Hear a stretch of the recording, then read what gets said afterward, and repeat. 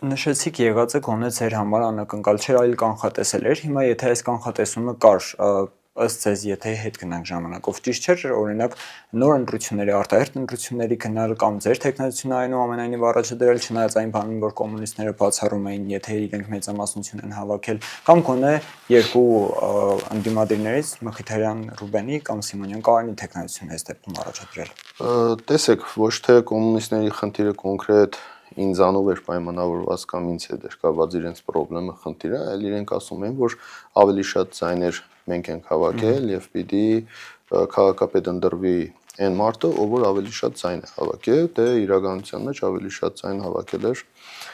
գործող քաղաքապետը։ Այս պարագայում իմ ասածը այն էր, որ մենք ի սկզբանե ճիշտ է կլոր սեղանի շուրջ նստել չի եղել, քննարկում չի եղել, հիմնականում ես այս թեմայով միայն զրուցել եմ Սրբազանի հետ, Աջապահյանի հետ եւ Սրբազանի մանրամասը այդ ամեն ինչի մասին ասել եմ, թե ինչ խնդիր եմ տեսնում եւ նաեւ Սրբազանի հետ այդ զրույցի ժամանակ նաեւ ասել եմ, որ խնդիրը այստեղ իմ կամ Վարդանի քաղաքապետ դառնալը չէ, այսինքն դրա մասին չէ, այլ խնդիրը այն է, որ այսօր ամբողջ քաղաքական ընդդիմադիր դաշտը ասում է հավաքական ընդդիմությունը հաղթանակ է տարել, նայեք այդ հաղթանակը չմխսեք, քանի որ Գյումրիով է այդ ամեն ինչը պայմանավորված, Գյումրիով պիտի սկսվի, Գյումրիով պիտի ավարտվի, չգիտեմ այդ ժամանակ ինչ ասում են,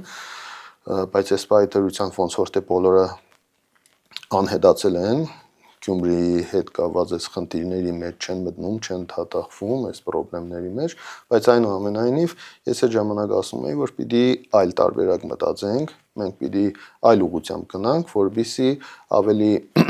քիչ խոցելի, չնայած որ այն ժամանակ ես երբ որ ասում էի խոցելի գործող քաղաքապետի խոցելի տեխնազու լինելու կտրվածքով որ ասում էի, այն ժամանակ դեռ չկար այս ամեն ինչը, այս համատարած ձերբակալություններ, սրբազաններ, եկեղեցի, այս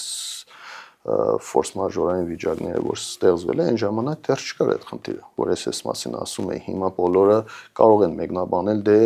ով է անխոցելի, որ